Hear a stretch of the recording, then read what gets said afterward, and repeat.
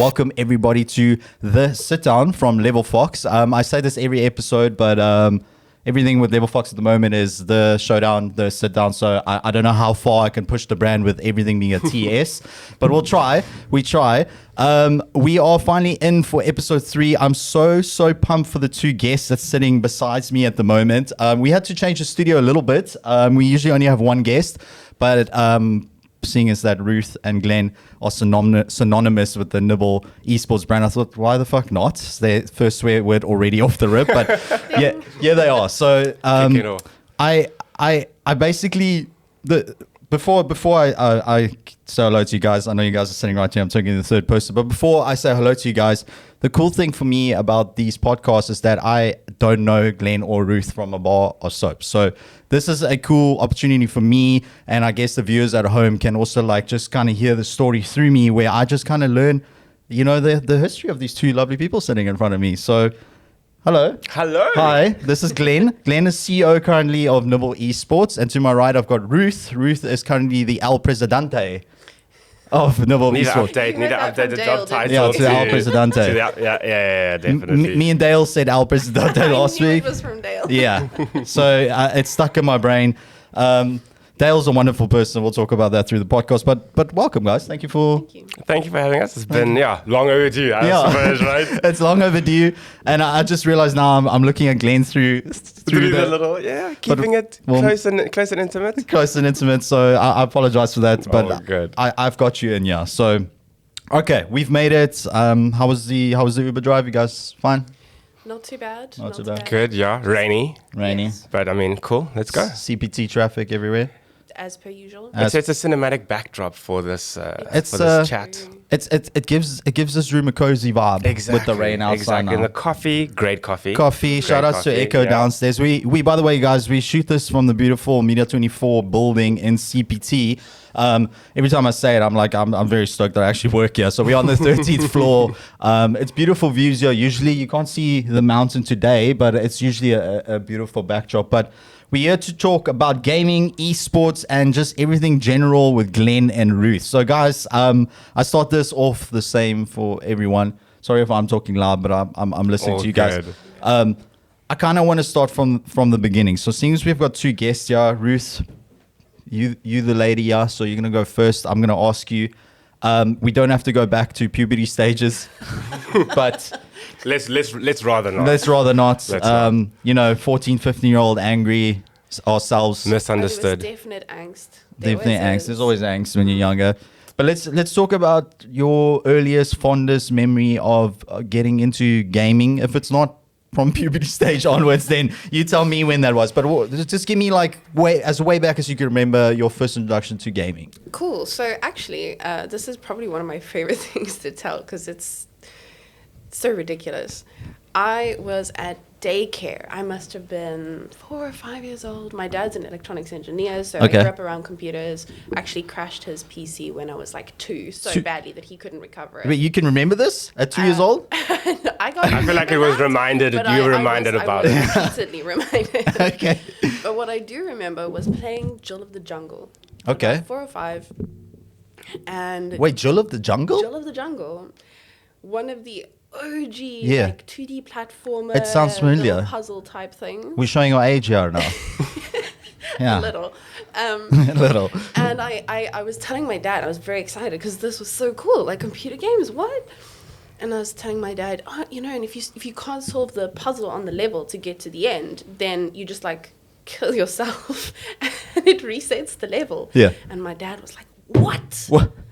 Suicide. Teaching the kids bad things. And I was not allowed to touch games again. Oh, shame, man. Years. So the Balis had a bit of a, how they were back in the day. Indeed. I think a lot of us gamers can relate to having some conservative parents that don't quite get it. Yeah. Fast forward then to late high school when I finally got my own PC and I used to play the GTA. Not GTA, the Game Boy emulator game. Okay. Like the Pokemon, the reds and the blues. Classics. I knew when you said emulator, I was like, Pokemon. DBZ. Harvest Moon, DBZ, all of those. The classics. Mm-hmm. Harvest Moon inspired quite a lot of... Indeed. Right, I almost said Animal Planet. Be Animal careful, because there's big followings there between Animal Crossing and Animal Crossing. So it I kind almost said of Animal Farm. Actually, that's where I went. animal too much. We're but doing well. We're doing well, guys. We're all professionals my inner here. Harvest Moon fan is just like, Yeah, didn't they recently bring a second version of it out? Not so long Yes. ago, there's a Harvest Moon that came out. so there is the original franchise still exists. Yes. But they kind of deviated from what made the original Harvest Moon games what they were. I heard that as well, the reviews. The spiritual successor, so to speak, and apparently some of the devs who were involved in the earlier versions have moved over to what is now called Story of Seasons. I've So seen that. Story Yeah. of Seasons is, I mean, I've got friends of Mineral Town. It's literally the same name as the Harvest Moon game that I used to play, and it is exactly the same. But just game, better. Just better. Wow. Like all of the things you wished to do, Yeah. you can now do with the same characters. It's Have great. you seen Doki Doki? I So I don't know why I know all of this. And Glenn, Look we'll at you. get to you. I'm here just like, right, yes? We're talking. No, this is Harvest important. Moon stuff I'm here, here to bro. learn. I'm taking notes. No one can see. I'm here to... Doki Doki Literature Club is Is it Doki Doki I'm talking about? Is it the Maybe. Australian? No, I'm talking No, shit. no. Is Doki Doki the pigeon? Doki Doki. You are struggling here. You know, Ruth, don't worry about You that. know Don't what? worry about that. Just put it out there. It contains triggering content. Just Yeah, sorry, I was tread mixed. carefully. I was getting mixed up. I was getting mixed up with something else. So it's not Doki Doki. I'm dying to know what you were Yeah, thinking of now. it's similar to Harvest Moon and whatnot, but it's set in Australian outback. So it's that's kind of, interesting. but it's got that same vibe. I'm definitely curious. Like farm simulator type things. You're looking at Stardew Valley and all of those are also Love that inspired by too, Harvest yeah. Moon. Those are great 100%. games. Okay, cool. Thanks, Ruth. So, Glenn, back to you. We'll do this in segments. Right. Your earliest memory. Was it an Atari? Was it going to the arcades and putting 2 rands down or whatever? What is your earliest memories? It was the Sega, Nintendo 64. Sega, so cliche. Do you know when people ask, like, how'd you get in the game? I'm like, ugh. Sega. I wish it was an exciting story of one day I was walking. No, it was Sega. It was Sega. So Sonic the Hedgehog Oh. kicked it off there. My homie, bro. You know it. Oh. Nintendo, obviously, you got to do Star Fox. Yeah, Star Fox. Started there. Zelda. Obviously, Mario. I mean, you know, Zelda. Not actually. I didn't actually dive into that. So I did miss out. I did miss out. You need to revisit those. So yeah, I started watching my brother die in games very often and laughing at him. Okay. And then inevitably he challenged me, and so then I realized I could actually play games. Yeah. And so yeah, that's how I kicked it off. Okay. How I started to develop a bit more than just playing games was, again, such a cliche. My mom was, look, you can't do this if you're wasting time playing games unless you're gonna make money out of it, then you're wasting time. And I was like, all right, mom. Wait. Mom's already saw the vision, bro. She think about it. Unless you make. Well, you look at it now. When Okay. you plan it that way, sure. Well, I'm not saying Nibbles is making money, but So that was my punch. The punchline was going to be still trying to prove my mom wrong, but I feel like we're slowly getting there. We're getting there. Yeah, We're man, getting there. Sega, Nintendo 64. That's how it kicks. That's it how off. you started. Wow, that's amazing. I can relate to both your guys' stories. Showing our age a little bit, I can probably safely assume we 30 upwards in this table. Rumor has it that might be. Yeah. That might be true. So we've gone through the generations. Let's be honest. We've been there since all the console wars, PC being a thing. I mean, when we grew up, having a touchscreen cell phone wasn't even a thing. I was still cruising. Yeah, I was cruising around with Motorola. I remember my V360. Flip 100. that. Nokia 3310, Snake 3330. Oh. Oh, 5210 was a good one. that was a good one. That was like was a good one. iconic. Forget the number sequence, but the one that had the little colorful lights on the side that had the polyphonic ringtones. I don't know if you Yes. remember that. Oh, that was one of polyphonic. my That first was ones. huge Very tech cool. upgrades, hey? Well, when you used to put the code in to get the song Yes. ringtone. Yes. 36060. What was that? Was it 36060? I think it was. Ruth, do you mind just moving the mic a little bit closer Little to? bit closer, Thank like you, I so. appreciate There it. we go. I do remember what you're saying, and it's weird. And for context for the people at home, it's like when we talking about the peeps we got Enya and their journey. It's kind of cool to see how we have grown up with technology, right? It sounds a bit cheesy when you say it, but when you're a gamer 30 plus year old, and no disrespect to any youngins out there grinding it out and cranking 90s on Fortnite, like you guys do madness. But when we were younger, like we grew up we saw games change effectively. We saw genres of games change, and we also saw that stereotypical vibe of like gaming is a nerd. 100%. I mean, back then I still remember when RTS games, real-time strategy, was the big one. That was the big wave, right? Like now everybody just knows MOBAs and your FPS has always been there. Everybody knows you want to get your shooter games, but RTS games were like the big thing. It was Warcraft that turned into Dota like that we remember. And again, Dota, I mean, we're going back in the days when you were going to like war3.exe. Yeah. When it's like all the culture that like it's built Did on you just say war3.exe? War3.exe, alt QQ, everybody knows it. Yeah. But I mean, I think for me, what's been really rad when you talk about like sort of the age thing, and again, to your point, it's not about making it like I come from way back in my day. I think it's just we're fans. Of being able to see and we're still the fans. world, you know what I mean? Yeah. Like the way that gaming is nowadays, where we can sit firstly at Media 24 and having this chat, and we're having a real cool about talk games. about gaming. I mean, I know it's nuts, dude. It's a beautiful story. So you both were kind of introduced kind of early in your lives. How do we? And I'll shoot this to you, Ruth, and then we can go back to Glenn. After school, did you think gaming is going to be your thing? What did you study? What did you realistically think back then you were going to do? And what did you do? If you don't mind answering it. Well, I always wanted to do something in gaming. Yeah. But from that you were younger, you were like, yeah, but okay. Obviously at that point in time, you didn't really see a lot of femme people in the space, and like obviously being in South Africa as well. Yeah. So I was like, oh, you know what the dream would be to like make these games or do these things. I didn't really have a concept of what that is would look like realistically. I did definitely want to do creative things. So out of high school, I actually studied interior design. Awesome. And yeah, I never really went very far with that because writing and that more linguistic type of creative has always been my strong suit. Yeah. I've been writing for publications, doing ghostwriting for people. So was this in between when you were studying interior design? You did this on the side, like this was your passion. You kind of fell out of love. You fell out of love for interior design, designing houses for rich people. I also realized that the big problem with being an interior designer is when that client says, I want this, and you're like, that's a bad idea, and they're like, I don't care. Yeah. I mean, I'm still dealing with the same problem now. with design, I was about to say, Yeah, but that was what kind of put me off. I was like, oh no, you mean I'm going to have to do like a Biggie Bears? Oh, no. Like, a Gucci print of Biggie Bears? Like nothing wrong with that. To people who can never have too much Gucci print. Is a thing. But like I died a little inside. I feels you, and I can relate to design. I guess this whole table can. Client always wants it bigger. They always want more color. It's like, please, can we just stick to two tones?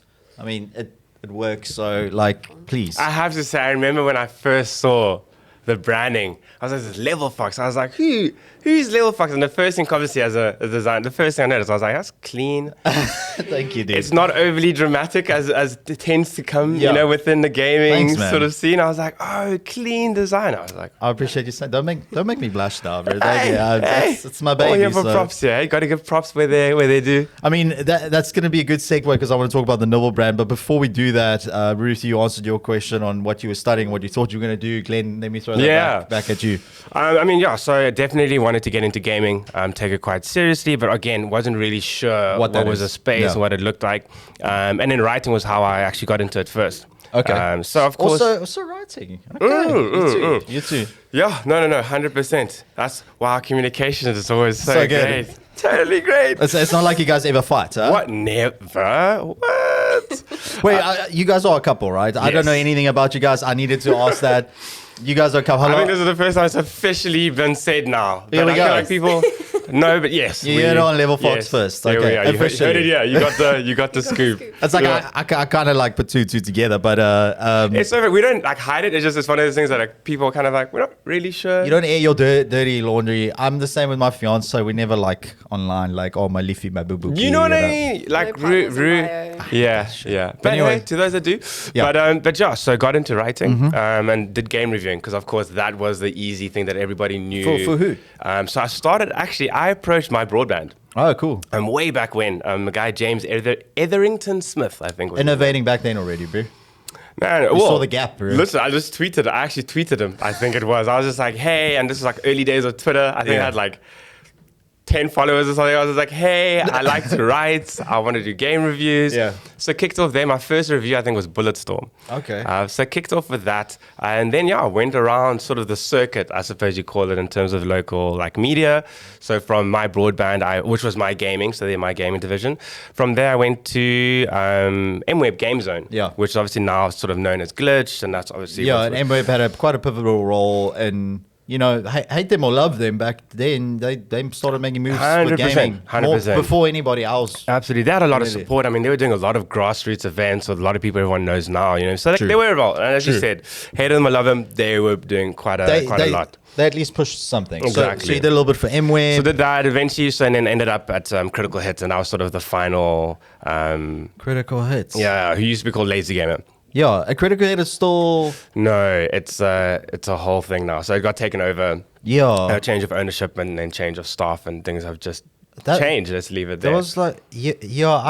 I remember this, Buzz. I know, there was some sort of article. There was an article. There were things. So anyway, so did Critical Hit. I remember that article. Yeah. That's why, okay. Yeah, so did Critical Hit. And so did writing for a while. But inevitably, you know, life goes on and you move on. And so I kind of focused on advertising because that's really where my bread and butter is. And I sort of my 9 to 5, and that's what I was studying. We're in the right building up for advertising, bro. Exactly. So I did that. And then I kind of, gaming was very much on the side, that kind of passion thing, but not really something I was actively pursuing. But when you're saying advertising, like design, right? Yeah. So advertising, so side. started agency side. Yeah. So I was started at kind of Ogilvy and sort of, you know, went around from there. Ogilvy, excuse-moi. Yeah, man, full time. I was in it, loved it. But it was an amazing thing because it taught me so much about like the world and agencies. But agency and life brands. is tough, huh? Ruth, have you been in an agency? Yeah. It's tough. Yeah. Like, Ron, you got to lacquer with me, bro. I'm just putting it out there. No, 100. Agency life it could get tough. Sometimes they treat you like you've got the skills, you're a robot, you need to do this now. Countless of overtime hours, especially when I was a junior, working myself up. I mean, it's a tough industry. It's a fulfilling industry, like you said. But it's very formative. Yeah. I can't, and I know that kind of sounds like I'm sugarcoating but it. it's but I you're think right. it's an industry that makes or breaks you. Yeah. And for better or for worse. Yeah, you it's know? true. It So makes it tough, that really. was a really. I mean, obviously I'm still in it from a 9 to 5 perspective, still in advertising, but that made me realize the gap in gaming. Yeah. And that was a huge reason why I started looking at gaming and going, there's all these brands that I work with on a day-to-day But they're not involved in gaming. who are or not tech involved in or gaming whatever. or don't know what's really out there or are looking for a solution that gaming can provide. And so that was when I went, cool, I actually have professional skills and understandings and a network that I can start figuring out how to, you know, provide that or fill that gap within the gaming space. And so that's how married it all together and obviously sort of led into Nibble. Nibble. Okay, yeah. Before we jump the gun there, I'm trying to time this hour podcasty, but I guess we could talk about Nibble, but you both kind of have a creative background, rightfully so. You could say that both into gaming, writing. It's like it was destined for you guys to But be. I think that's what a big part of for me in gaming. I think we both love it so much. Is the creative elements within games. Yeah. It's the so storytelling is the thing, and I think by now everybody's sick of me mentioning it all the time because I always talk about But storytelling. it's big facts, bro. That's gaming. That's what's the most amazing thing about it is the kind of stories you get to tell and be a part of, and all of the 100%. creative elements that you can 100%. appreciate. I mean, that's why. Yeah. you always come back to gaming. No matter what the 9 to 5 and life is looking like, you always end You up always there. want to go explore a world or do a 360 no scope on somebody. Like personally for me, gaming is my books, it's my movies, it's my everything. And I know a lot of gamers got a lot of passions, but me specifically, it's all about games. I can get lost into a role playing game, or I can get sweaty from time to time. But it's 100% what you're saying. Games is also a nice escapism. But it can get too much. You get people that, escape too much in it. And I'm not one yard to go like, oh, bullies, don't let your kids play games. Let them play games. Just choose the right games, because it does phenomenal things for eye-hand coordination, puzzle solving. I mean, I'm thinking back on my own past. I was playing games. I was playing Magic the Gathering. I don't know if you guys play. I knew I would say that in one of you would. Magic, right? I never got into I never. Listen, no, I'm saying like I can appreciate it, but I was not. Yeah. I had an ex who was obsessed. That's So I did well. Okay, cool. So I've done well to not have been interested in the game. Yeah. Great. Okay, so let's not talk Magic the Gathering. But we were young, growing up. Gaming wasn't really accepted in the broader world, but it started slowly changing. South Africa is catching up, but we're getting there now. Okay, we're going to talk about like today's thing, but I want to work on that journey of how Nibble came about. So we kind of know your guys' backstories and the start. I guess, Glenn, you should probably start with this, unless Ruth, you want to jump in first. But how did Nibble start? Let's start with the idea of it. I guess you kind of alluded to that fact where you saw the gap in market and advertising and stuff. I'm still seeing that gap too. This is why I've got this year, and we are a division of Media 24. So shout out to Media 24 for giving me this opportunity and funding this project. So they also see the ROI in it eventually. The ROI, but we got to start somewhere. But how did you go? How did you start with your Nibble? What was that first? I guess a spark of inspiration. That first Wimlook, you were like. Man, this is going to be my thing. I'm going to push it. How did it go about? So it's always a funny. I mean, obviously, you get asked that question often in terms of sort of Nibble and sort of its origins, but it wasn't me.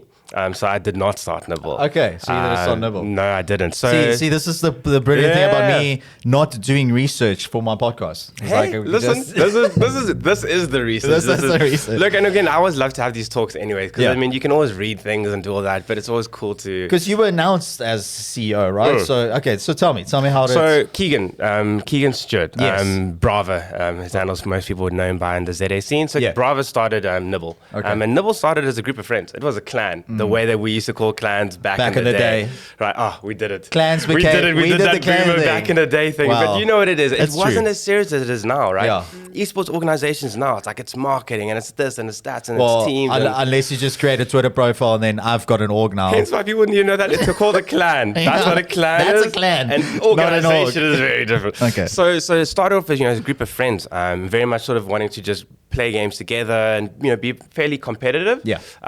But the focus was on friendship and then more community centric. But just like what games? Call of Duty? COD was a big one. COD and CS:GO. Bro, were the COD, two- you're the third guests.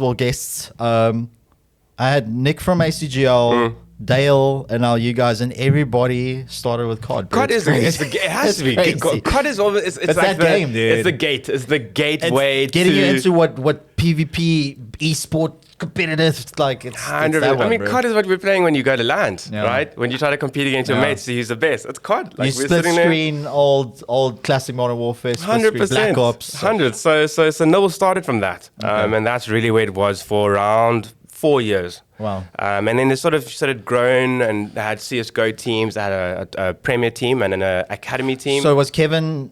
Keegan. Keegan, sorry, was Keegan? Sorry, what was his nickname? Brava. Brava. So Brava. I'll rather refer to Brava because we gamers. Yes. So did Bravo kind of like took from that clan and it built it. He started forming like it was like cool Nibbles growing into. So it just grew by because of just the passion of the people. Yeah. But it was still just a passion community thing. There wasn't really income coming in there. It wasn't necessarily growing and structuring and becoming a business. Was it called Nibble from the start? Yes. it was always Nibble. Okay. So that's cool. Yeah. So that was actually where it sort of started. But the logo, that's part of the rebrand. That was part of the But we can rebrand. talk about that in a second. Yeah. So it wasn't always this logo. No. So what ended up happening is Keegan and I worked together on what project? I can't remember what campaign it was, but we started working together and we were starting to talk quite a lot, and realized we both thought the same way and had our same frustrations with the scene. Yeah. And this was while you guys were playing as the same clan. No, this thing, it was, we worked together on, I think it was because I did a Bring Back Sports event during load shedding. So you guys know... load shedding. I'm mixing up all of the crises mean... during COVID, the start of COVID. Yeah. Did a whole sort of gaming event that was really just to kind of raise funds for COVID. Awesome. And Nibble, I got told, hey, you got to speak to the Nibble guys because they're super keen to help out on things. And they're like... You see, guys, so that's cool. The way Glenn was saying this to me is like he was talking as if he was Bravo, that whole journey. But you only joined a little bit later. Yeah. You got in touch with Bravo. You guys worked on projects out of it. I almost want to say IRL because, if we're not playing games, it's something IRL. Yeah, right. Okay, so that's your introduction to it. But but then I think we need to jump to you, Ruth. Like, before we talk about the journey into you as CEO, where's your story start with Nibble? With Nibble. Yeah. Well, actually, it's very closely connected to just our story, like how we ended up connecting.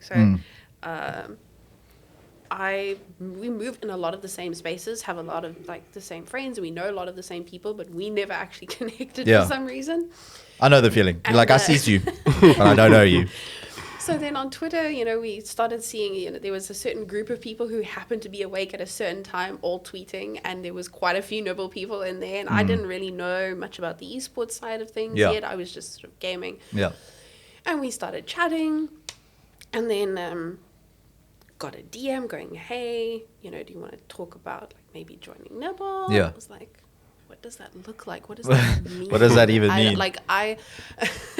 At the time, I was still just a streamer, and I'd started streaming Apex. I wanted to go comp, and then very quickly realized that I have not nearly enough of an attention span to it's a high skill game. Apex is not like your average battle royales. And armor swapping, and it's a so whole much rotations. Dedication, and I was just like, this feels like work. Yeah. And how many battery shields? 1 million battery shields per game. Like, I feel like, This needs to be a safe space. We're not here to bring up I love Apex. The form of Apex right now when you miss out on that last little bit of health because you got the wrong shield. I've got I digress, but I've got a Dr. Disrespect YouTube video in my mind where he was tuning Apex, but then his editor edited him to the beat, reloading his shields, but like every single one of it, and it was to the beat, and it was like this long montage of just reloading my shield, and I kind of thought you do reload a lot of shields in Apex. You really do. Time to kill's huge in that game. It's not short. Right? It's like you have to shoot a guy forever. Thank you. Yeah. This is like when you start playing other battle royales, you start to realize that like Apex is actually really intense. It's intense. Sorry, I digress. So you were in the right WhatsApp group, and then you got to chat. So but like I was like I've thought about the comp thing, but I definitely don't think I would do well there. Yeah. So like I don't really understand what you think I can bring to the team. And Yeah. I was like, oh, content creators. Yeah. People that tell stories. You tell stories. Don't You always have to be 100% skill based. It can be entertaining. Competitive. Yeah. And I was like, okay, cool. Flew down to Cape Town to meet him, have a chat, learn about like what it is that Nibble was going to do. So you weren't even living in this province? No, I was in Joburg. Okay, so you're a Joburg lady. Okay, Yeah. cool. So then ended up having those chats and signed on to Nibble as one of the first content creators in the hub. Wow. Okay, so you were one of the first. Who else was on the team as content creators? It was 8. I think we signed at 8 at the beginning. It was myself, Panda in Joburg, Dale. Dale in Durban, as he was still in Durban Yeah. at the time. And then here it was Jack. There was Jack, Deza, Deza, Rishka, Gareth, and the Tepo was in PTM. Oh yes. That's the original crew. That was the Deso's original not 8. with you guys anymore. No, mostly, I think about half of them now have moved on. They all grow up so quickly. I know, and it's all positive vibes. Yeah, Hey? it is You know what I positive mean? vibes, Like it's yeah. always the whole thing had always been about the growth of them. Yeah. So I mean, it's all nothing but happy to love. see it. Yeah, nothing but love for everyone. That's good though. to hear because you know, like a lot of people have grudges when you move from orgs to orgs. I'm currently signed with Omnius, so shout outs to Omnius as well.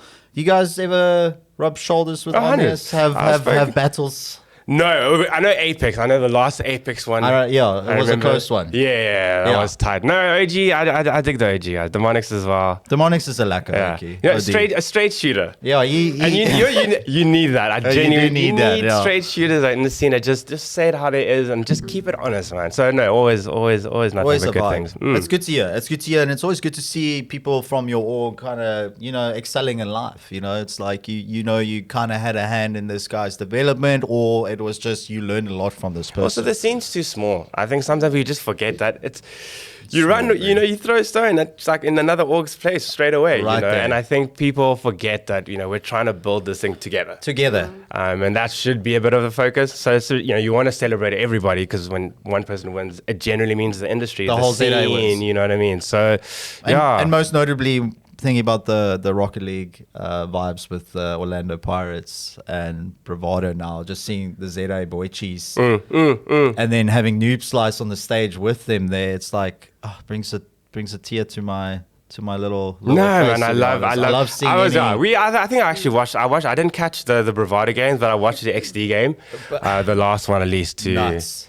Man, They won one of theirs, so they yes. only SSA. They won a series. I mean, they their won a series like 4-1. Nuts, which dude. is like crazy. Crazy. And that shines a big light on South Africa and well, I should say sub-Saharan Africa, right? Because that's what it is. But I digress a bit. I was just want to put some positive ZA esports stuff out there. But let's bring it back to Nibble. So, how did you become CEO and how did you become president? So let's keep it short because it's one of the things. It's always organic. I don't think you plan these things. It just kind of just naturally forms itself. And a startup really is around just having an idea or a direction, then just figuring out how you get there. Yeah. So really, long story short, I think I had that business expertise in terms of branding and structure and advertising and storytelling and ROI and all of these things. Yeah. And in the creative know-how, as you know, because by that time I was a creative director at SAB. Yeah, so you weren't just design inclined, you also knew the ins and out of the business, Exactly. the micro and the building macros. agencies, and that's what I'd been doing for a lot of my I feel like you career. studied at Vega. I actually did not. UCT, cliche. Okay. I know. No, Okay. I'm that guy. UCT. All right. But my whole career has been going into companies with like 5 or 6 people and then building up companies. Okay. You know, that's kind of been the thing. So with Keegan, I said, look, I was looking at wanting to start my own org at the time, but I just knew it's just too much work. I need help. I can't do it on my own. Okay. And so it was so funny that as I was talking to Keegan about this idea of looking at orgs, Keegan's like, I'm looking at someone to help me with Run the Level. business. And so that's literally how Keegan and I started. We Wow. looked at one another and went, look, let's just take a chance on one another. So why didn't he take that role? Was he in that role? I'm a little bit confused. Isn't So- he the big boss? He's the big boss. So it started off, so I came in and just basically essentially became the investor. So I funded a lot of the activities, which Okay. then meant I was building a lot of the structures and Okay. the planning Yeah. for the business. And this is from your personal savings or whatever throughout the years. 100%. Okay. That's it. And over the year, those ones that are there. And your currently, Bitcoining mining that we don't I know wish about. I even had that. It is whatever comes across. You know? Ruth, where's he hiding it? Is he hiding it somewhere? I was hoping Rue. 10 graphics cards. That's why I was hoping Rue would have been, the bailout. Yeah. But unfortunately. So no Dogecoins. I'm no. upset. Yeah, Okay. no, Okay. shocked. But No yeah. Lucas Guardians here, unfortunately. No, none of that. But so basically, what ended up happening is Keegan and I worked together, and really I helped sort of bring, and obviously Keegan's got a lot of experience and understanding of business, you know. Yeah. But I think it's just my experience over the time I had. I got you. And so we worked together, and Keegan helped me understand a lot of the business, the Nibble side of things, and Yeah. like the community element, and Yeah. a lot of the esports things to a degree. Which is very important. Exactly, Very 100%. important. And then I would handle a lot of the just driving business and growing. And Keegan and I worked amazingly well together. Yeah. Because I wanted to go and do. There was a good And flow Keegan, there. And Keegan would be like, hey, Yeah. let's bring everybody on board. Yeah. What can we Keep it very realistically slow. do? Yeah, Glenn, you calm know what I mean? down. And so that together and the level of respect we had for one another meant was a good- we wouldn't always agree on things, but we knew it was always from the perspective of what's best for Nibble. 100%. So we did that for 2 years, and then he stepped down towards the end of last year. Okay. He's immigrated. He's gone overseas, so he's in the Netherlands. Is he still associated with Nibble? Is he moved on? No, he Okay. moved on. And it was completely amicable. Really, what it came to was really going, it's been 6 years. Yeah, Do you know what I mean? wants to For move me, it's on. been 2. It's been Yeah. 6 for him. And I also felt that he, trusted me and gone, it's in the right hands. Yeah, his baby has grown now, and he knows people that could look after it. 100%. And a lot of the team as well. It's not like I just brought people in. I worked with the people he had really put together. So Yeah, you knew everyone. Exactly. So Keegan chose to step away, and I mean that's it. I mean we keep in touch. I mean actually I was talking to him today this morning, and we always keep in touch around Nibble. But yeah, so what ended up happening is he sort of stepped away, and then because of that I was like, cool, this is sort of the next level of Nibble. Got you. I need a team, a management team. Okay. And that's sort of where I started bringing people into positions. And Rue came in as a content creator. Yeah. Very quickly I was like, There's more to this, there's a lot of potential. Someone Yeah. that can help me with a lot personally of and things. business-wise. Yeah. Both of them, 100%. And that was definitely a conversation Yeah. around that, because again, it's complicated and can get tricky, but It's 2022.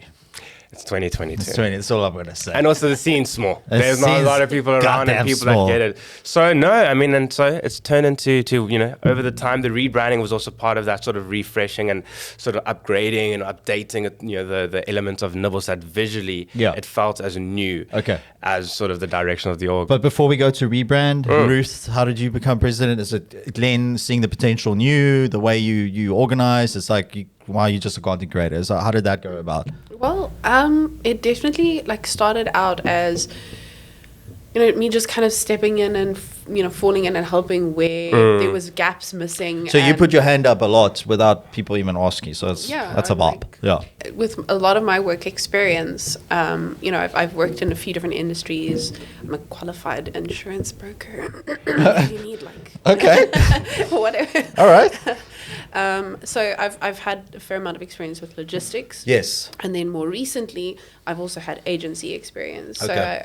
I have a bit of understanding around the marketing side of things. So when it came to sitting down and figuring things out and making things work and planning shoots and all of that sort of stuff, I would chat to Glenn and be like, hey, what about this? Here's an idea. This is what I'm thinking. And, and also learn from him as well, because I'm a very curious person. So I'd ask a lot of questions. How did this work? Why that? And I think that kind of tipped him off that I was interested in doing more than just content creation. Got you. And then it was kind of like, what kind of role fits, where do I fit in then in that management team? And so, The president kind of role opened up. Yeah. And this was But your even then, but restructuring it was process. because often I'd be venting in a personal capacity about there's this and I'm stressed about this and that, and Rue would be like, well, let me Yes, the help do this, answer. let me do that. Yeah. And then obviously people help. That's like how startups and everything and in life is that people give you help. Yeah. And so it gets to a point where I started to realize Rue's doing a lot more than I've even realized. Yeah. And that inevitably got me to the point of going, you want to give back and you want to give them what they do without, 100%. you don't want to just coast on people's assistance and help without showing that appreciation. But Ruth was there. She was somebody to lean on. And I just realized at that point that Ruth was filling that role of president without me realizing it. And that's been a lot of the growth at Nibbles. People find a thing that they're passionate about and find they that love. gap.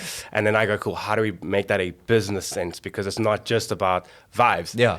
Things got to run. There's got to be structures and hierarchies, and I mean that's how Nibble's built. It's all very organic in terms of where people are and what they're wanting to do. But it's forming into a structured business. 100%. Which sometimes you say business, people are like, oh, but it's what you guys are ultimately aiming for, is to make a successful business. And I want to ask you some hard hitting questions as well about content creators and versus your esports teams. We can get into that now, but before we get into that, how did the rebranding come apart? So it sounds to me that you had this process. You had Ruth on board. We're talking about new Nibble esports members.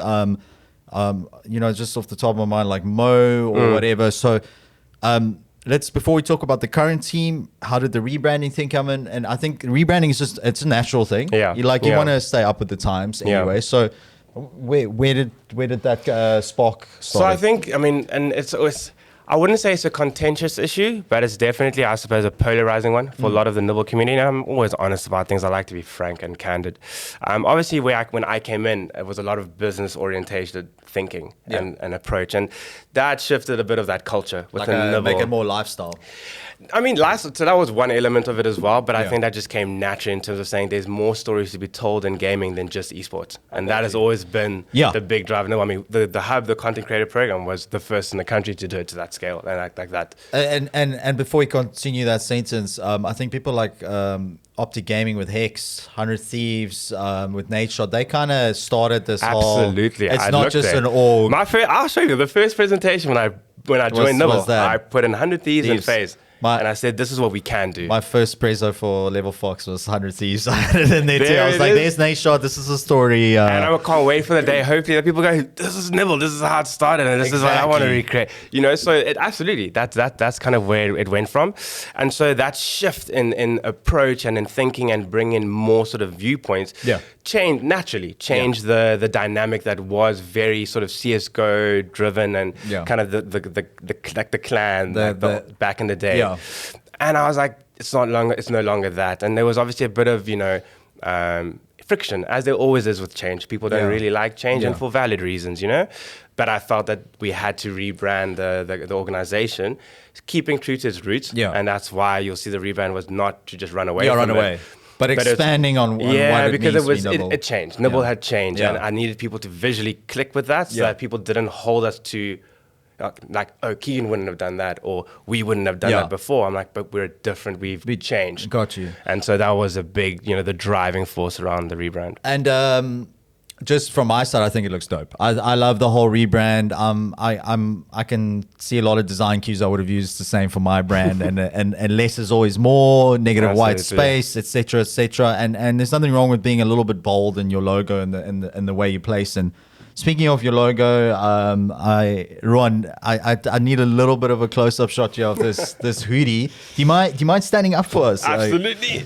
So this was, Ruth, you can answer this because you're closer to the mic, but this was the first and only drop so far, or am I confused? Was there other Nibble hoodie? There was one before the rebrand. Yes. That was the Streetwear Collection. Streetwear Collection. And now this is our first merch with drop the new branding. Rebrand, and we have this hoodie, and this is I know you're looking at me like I told you so. What? So you should have worn the cream one. I was supposed to wear the cream one today, and then I was about to say, where's the cream one? Where's the cream one? And who?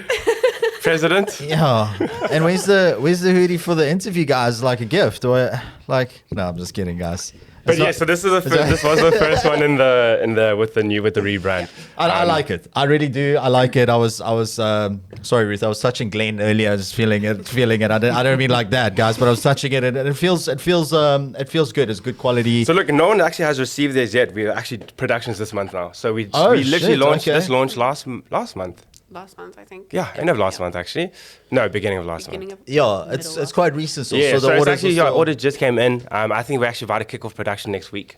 Is there still space for me to put an order in? Listen. We were here now. Don't worry. We've been telepathically communicating now. I might need to. What's that? Is that a size medium? Medium, yeah, it's definitely medium. I might not be the tallest dude, but I like mine a little bit loose. Like little gangster vibe. So roomy. Yeah, they really are incredible. Yeah, I'll be up there, like in a hoodie, just little. And you want to have that nice little. I've seen your photo profile shots. Like, damn, they're looking good. Are those? I do think it's Mo. Yo, shout out to Mo, by the way. Let's talk a little bit about the current team. Mr. Director, how much time we got left there?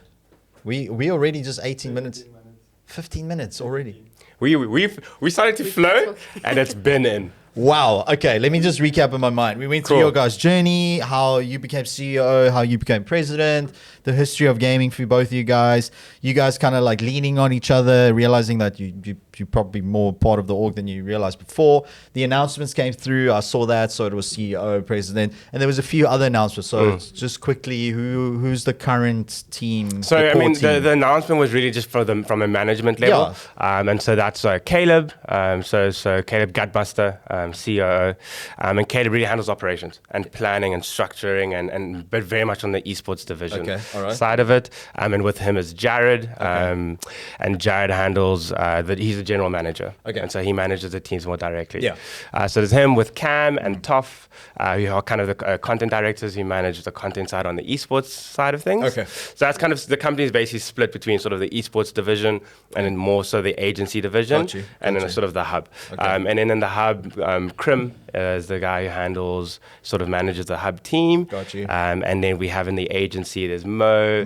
And Andrew, kind of associate creative directors who help kind of, with conceptualizing and presentations with clients. And then Sipe, who sort of runs them and kind of helps them. And he comes in as a content architect, but essentially really a creative director. So that's the core team, excluding your signed esports team and your content then we creators, have teams, right? so we'll have teams. I don't expect you to mention them all by name, every single team member, but it would be impressive. But I do know all of them, because we keep it quite small in terms of the teams. But esports is always shuffling. Even now, it's always an up and down thing. So how many? Before we go to content creators, how many esports teams you got, and what games? 2. So Apex, and Rocket League.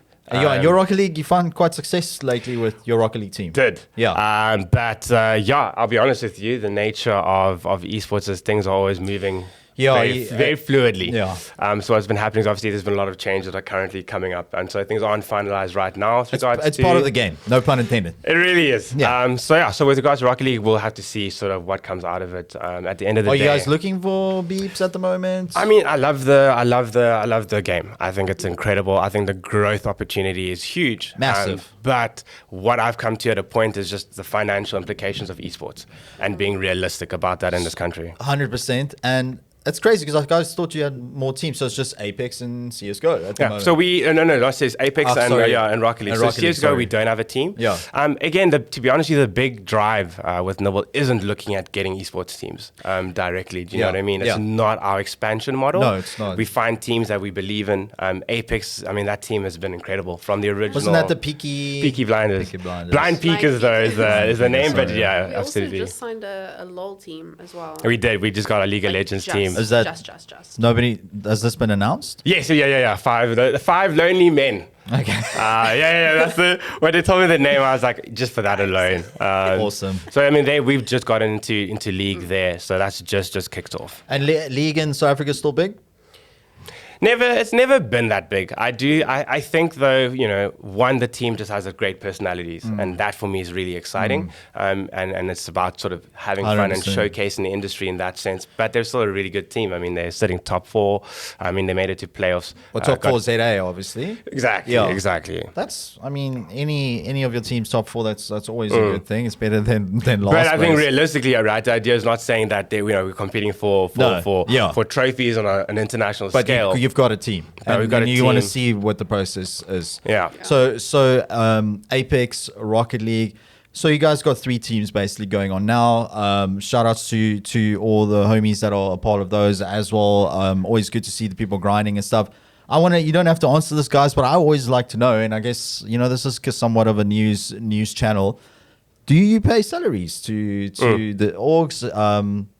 Do you pay salaries to the teams? Like, is it like a? I always wanted to know this, and this is the thing about you have a clan versus an org. This is the things you guys need to stress about, right? Yeah. So you have overheads, is the right word. So do you have overheads for your teams? Yeah, absolutely. Cool.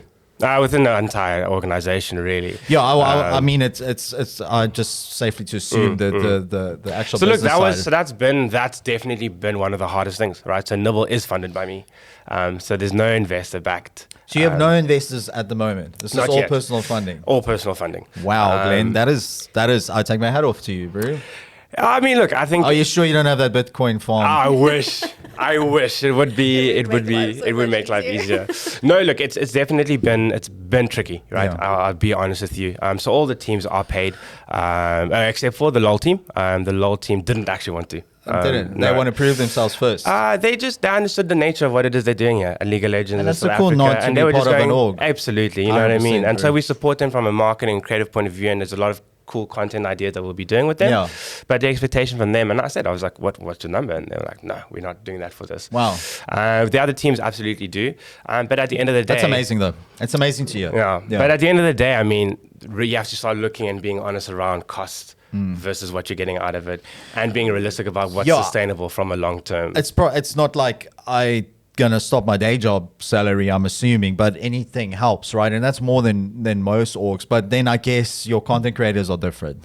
So content creators, so some of them are paid. Okay. Some of them, everyone is given financial support. Okay. But some of them are paid, paid an actual like salary. But they can lean on the org for edits and stuff For like sure, that, right? but everyone that's always else, there. they will cover expenses and things, and then when there's brand work that comes in, people get paid for their contributions to campaigns. But I think really what it comes, and then obviously in the agency side is freelancers that are paid their Being rates paid. for So the work. that's a lot of overheads. That is a lot of overheads. A lot of sleepless nights. It's also very sleepless when clients don't pay on time. Yeah. That's so also to be honest, another so the big thing. nature, so cash flow. That's what that's the focus for us. So I'm assuming you guys are looking for some big investors, but the right investors. We've had this discussion. I mean, I got given an offer, I think the first year in when I joined. So I would have But been it didn't a year sit well ago. with you. I just thought it was too early, to be honest, for what we were trying to do. I've been in a few startups. A lot of them have gone through the investor sort of phase.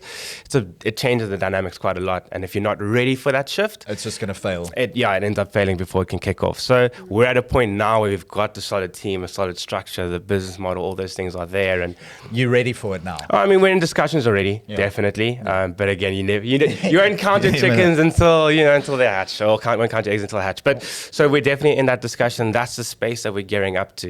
We had just signed a 1-year deal with Brandwatch.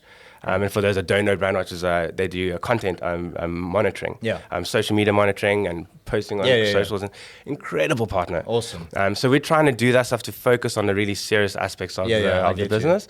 But man, it's tricky. Cash flow and all those things, that makes it a really tricky exercise in managing the growth. So that's the only partner at the moment, but you guys have done collabs though.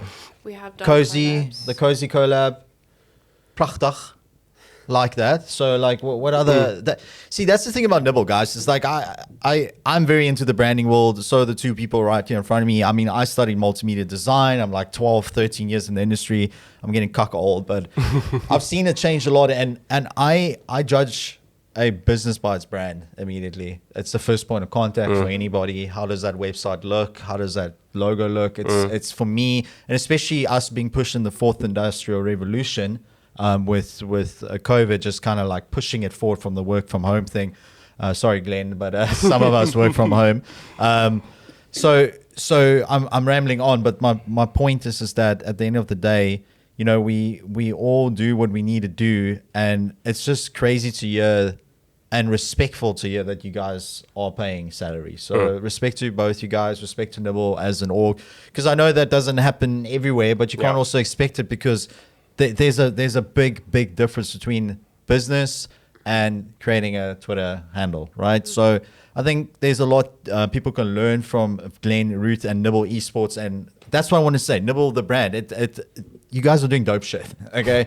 So and I recognize that, and that's partly why I wanted you for an interview here today. Ruth, I should have done my research, but I was like, you were like, do you want the president? And I was like, who's the president? You're like, you're talking to him, to her. I Right love you. now. It was dropped like that. I love that. Because I was like, it's when you guys couldn't make it last week. Yes. So by the way, just quick on me and Dale go way back. So KZN, we homies. We don't know of each other 100%, but we are friends in the same circles. And Durban, you talk about the scene that's small. Durban is fucking small, dude. But that's year on year. I think we got like 10 minutes.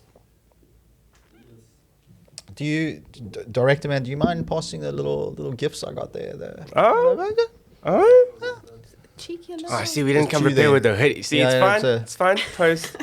There we go, guys. Posthumously. Thank I'm you. not gonna hear the end of this. Hey. Ma'am, there we go. All right, cool. Nice. You guys, I don't know about your rules, but I never take the little sticker off my snapback. neither. Oh no, you don't take the sticker Never. off. You gotta, and then also Never.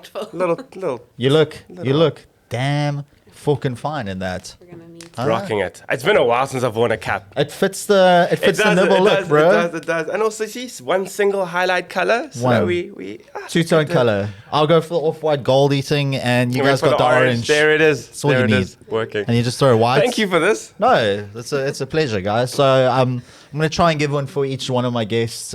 Free branding. So feel free to just wear it constantly, never take it off. I don't know if it's in Nibble waterproof. shoes, it would be there. People would be like, so are you here for Nibble or LevelFox? LevelFox? Which one are you? There we go. So, yo, guys, it was awesome. I feel like I could chat for 3 hours still about everything. I think we covered a little bit of everything. Your guys' backstory. I mean, it's just wonderful to learn about people in the industry, and I feel like the more I sit here and the lights are shining on my face and my forehead is sweating, I feel like more people need to. And how can I put this? We were talking about the scene is small, right? But I feel like there's a lot of people trying to get their own and not help each other. So this is what I'm trying to do with LevelFox. It's not trying to get my own, but I want to put a spotlight on people like yourselves that are inspiring in the industry. You guys are doing amazing things in the industry, and just thank you from me and all the gamers. No, thank you. I mean, look, that's a big part of, I think, at least from my side, when it comes to, I'm always blown away at everybody that's a part of Nibble and what they bring to it and the perspectives they give me. Yeah. Because for me, it also was about creating a platform, and that's why storytelling is everything that you'll see in all of our credentials deck and everything. It's storytelling. Because I wanted to tell stories that were not just esports focused. So for me, I mean, it's exactly that same sort of ethos, that drives and inspires me, to be honest. That's awesome. When I get up and look at, and as stressful as things can be and the ups and downs that come with a startup, it's always just remembering, the people that are there that have just helped to make what it is. I think I'm going to steal that from you, and you say you're sick of saying it, but it's true. The storytelling it's very important. Ruth, any final words from your side? Well, to the point of storytelling, I think for me, why it's so important and why I bought into Nibble so quickly and so early on is, if you ever want to change someone's mind about something, stats and statistics and figures don't do that. Yeah. A personal narrative does. With emotion and like empathy is what drives change. Yeah. And if you're looking to change the landscape of an industry, whether it's locally, whether it's abroad, you want those stories. It's inspirational. It's funny, emotional, personal. About. Yeah. What do we get taught back in the day in Korea? I don't. Sorry, but it's true what you're saying. It's not just spreadsheets and stats and to see people platforming stories over stats and competition is great, but it's not the be all and end all. It's not the end all. And the gaming is so broad a space. Yeah. It encompasses so much. Yeah. And I think a lot of people get left out in a lot of the conversations. So for me personally, I'm excited to see how many people can be brought in. Yeah. How many more stories can be told? How many different perspectives can we have? Yeah. That's what I'm looking forward to. I love that. I think that hit the nail on the head. I mean, gaming is an art form at the end of the day, and from a business point of view. And if you're an investor looking at Nibble or even LevelFox, we're looking to place. We've got some space here for some logos. You know it.